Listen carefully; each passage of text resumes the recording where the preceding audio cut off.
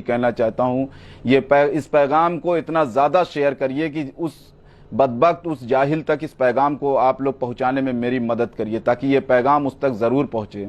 मैं आपसे कहना चाहता हूं, विनय दुबे, तूने चंद सवाल बैरिस्टर असदुद्दीन ओवैसी और मजलिस इत्तेहादुल मुस्लिमीन को लेकर के तूने किए थे सोशल मीडिया के माध्यम से। तो सोशल मीडिया के माध्यम से तू एक चीज जान ले कि अभी मजलिस इत्तेहादुल मुस्लिमीन के उन सिपाहियों को नहीं जानता जो बेबाकी से शासन प्रशासन का सामना करते हैं, जो बेबाकी से तेरे जैसे जाहिलों का भी सामना करने के लिए हर वक्त तैयार रहते हैं।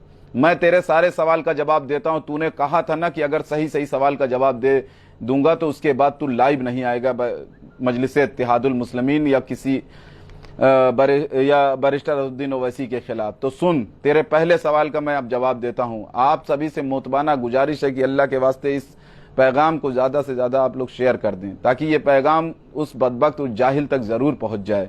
तेरा पहला सवाल था कि बैरिस्टर असदुद्दीन ओवैसी के ऊपर मुकदमा क्यों नहीं होता। तो सुन, तेरी जिहालत का जवाब मैं देता हूं कि बैरिस्टर असदुद्दीन ओवैसी, पहले तो तू ये जान ले कि वो सदन में खड़ा होकर के बीजेपी का सामना करने वाला वाहिद वो शख्स है जो बीजेपी की आंख में आंख डाल करके बात करता है। और रही बात बैरिस्टर असदुद्दीन ओवैसी का, एक बयान तू ला करके मुझको दिखा दे जो संवैधानिक दायरे से बाहर रह करके उन्होंने बात की हो। और संवैधानिक बात, तेरी तरह वो गाली गलौज नहीं करते सोशल मीडिया पे आकर के, तेरी तरह अनाप शनाप नहीं बकते वो मंचों पे जा करके।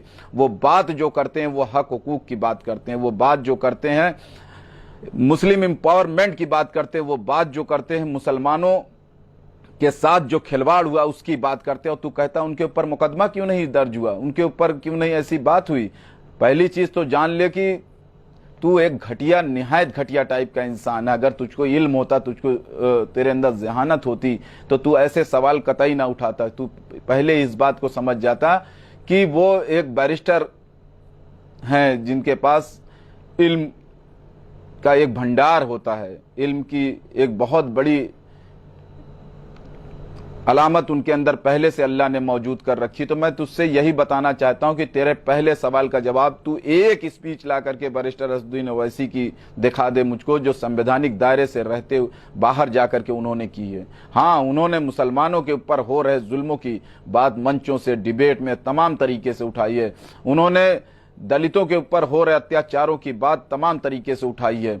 अब रही बात, तू कहता है कि वो भाजपा का विरोध क्यों नहीं करते, वो सपा का विरोध करते हैं, टीएमसी का विरोध करते हैं। तेरे दूसरे सवाल का मैं अब जवाब देता हूं।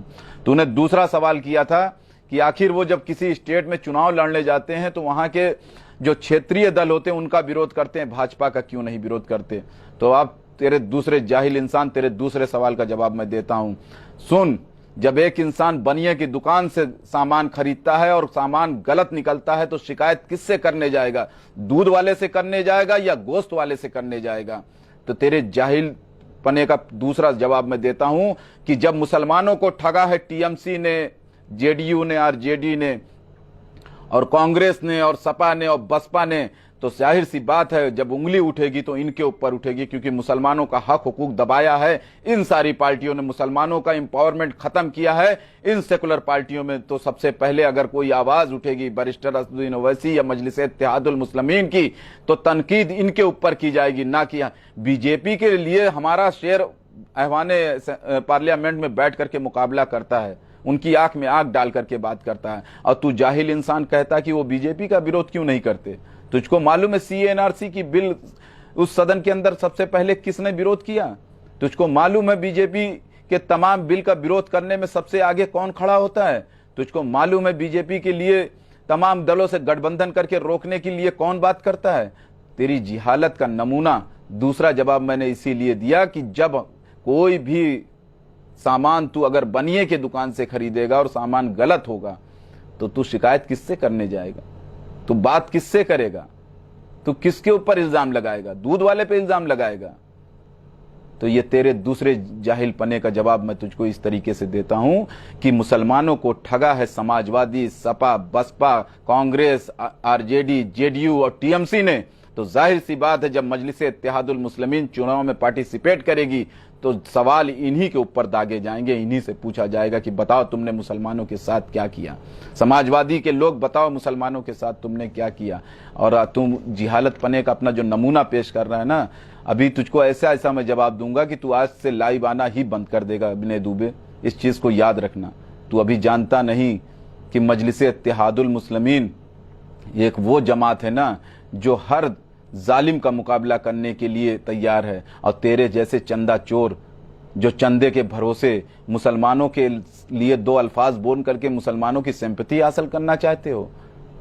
एक तरफ भाजपा जुल्म करती है, दूसरी तरफ तुम जैसे वो बनारस वाले मिश्रा जी और विनय दुबे जैसे लोग सहला करके उन पे मरहम नहीं रखते, बल्कि मुसलमानों को बरगलाते हो। तुम लोग इसलिए बरगलाते हो ताकि और मुसलमान दूसरे मुसलमानों को ये कह सकें कि तुम लोग ये मत करो, क्योंकि हम कुछ तो लोग सेकुलर हैं। तुम लोग सेकुलरिज्म का चोला उड़ करके मुसलमानों को बेवकूफ़ बनाते हो ताकि उनके पैसों पे हवाई सफ़र कर सको, उनके पैसों पे चंदों पर अपने मौज और अय्यासी कर सको। यही तुमसे मैं बताना है। तुमने सफूरा जरगर, उमर खालिद, सैफी और तमाम नुसरत जहां जैसे लोगों का नाम लिया कि इनके मुकदमे बैरिस्टर असदुद्दीन ओवैसी क्यों नहीं लड़ते।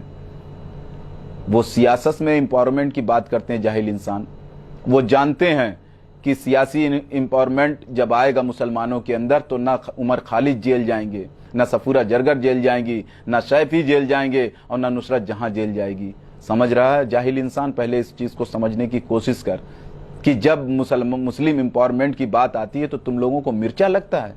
अगर मुसलमानों की क़यादत खड़े होने की बात आती है तुम लोगों को जलन होती है।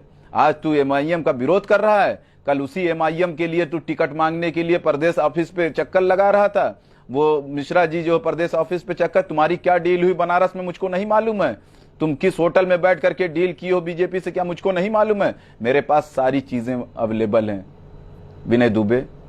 मैं खामोश इसलिए हूं क्योंकि बहुत सारी चीजें इंटरनल भी चल रही, इसलिए मैं खामोश बैठा था। हाँ, अगर तू प्रदेश कमेटी के ऊपर इल्जाम लगाता, अगर शौकत अली साहब के ऊपर इल्जाम लगाता, अगर और प्रदेश के लोगों के ऊपर इल्जाम लगाता तो शायद मैं खामोश बैठ जाता। लेकिन तूने मेरी क़यादत के ऊपर उंगली उठाई, तूने मजलिस इत्तेहादुल मुस्लिमीन के ऊपर उंगली उठाई, इसलिए मुझको मजबूर होकर के तेरे खिलाफ लाइव आना पड़ा।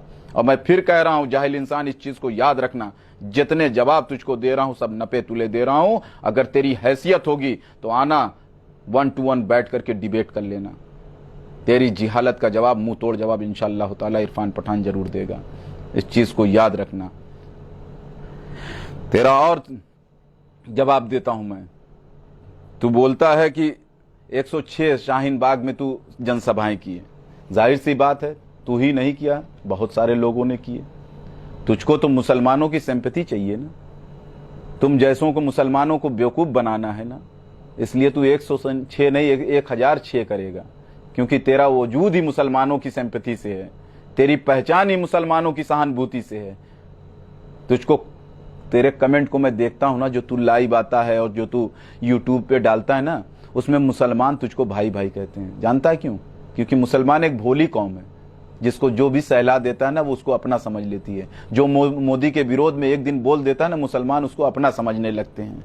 हकीकत तो ये है कि तू मुसलमानों के फेवर में, पक्ष में नहीं बोल रहा है, बल्कि मुसलमानों को गुमराह कर रहा है, मुसलमानों को वर्गला रहा है। और सिर्फ इस वजह से वर्गला रहा है ताकि तू इस चीज को जानता है भली बाती कि अगर हम लोग भी नहीं बोलेंगे तो मुसलमान कहीं एकजुट होकर के एक तरफ न चले जाएं। इसीलिए तुम लोग मुसलमानों को वर्गलाते हो, इसीलिए तुम लोग ऐसे सोचे छोड़ते हो जिससे मुसलमान गुमराह होकर के कभी समाजवादी की गोद में जाकर के बैठ जाए, कभी बसपा की गोद में, कभी आरजेडी की, कभी जेडीयू की, कभी टीएमसी की, कभी कांग्रेस की गोद में जाकर के बैठता है। ये तुम लोग जो है इन सेकुलर पार्टियों के और बीजेपी के एजेंटों की तरह काम करते हो। तुम लोग सालों इसमें अपना लगाते हो ताकि मुसलमान हकीकत में अपने दुश्मन को पहचान ना पाए। ये तुम लोगों की सोच है, ये तुम लोगों की जहनियत है। आज इस जहनियत का जवाब इसलिए मैं तुझको दे रहा हूं विनय दुबे, ताकि इस जहनियत से तू वाकिफ ना हो तो हो जा। तेरी जहनियत हम लोगों ने पढ़ ली है, तेरी सोच हम लोग बहुत अच्छी तरीके से जान रहे हैं। तू चंदा लेने के लिए, चंदा चोरी के मामले में तुझको बहुत सारे लोग एक्सपोज कर चुके हैं। तूने बनारस में क्या डील की मजलिस इत्तेहादुल मुस्लिमीन का टिकट ले जा करके, वो भी हमको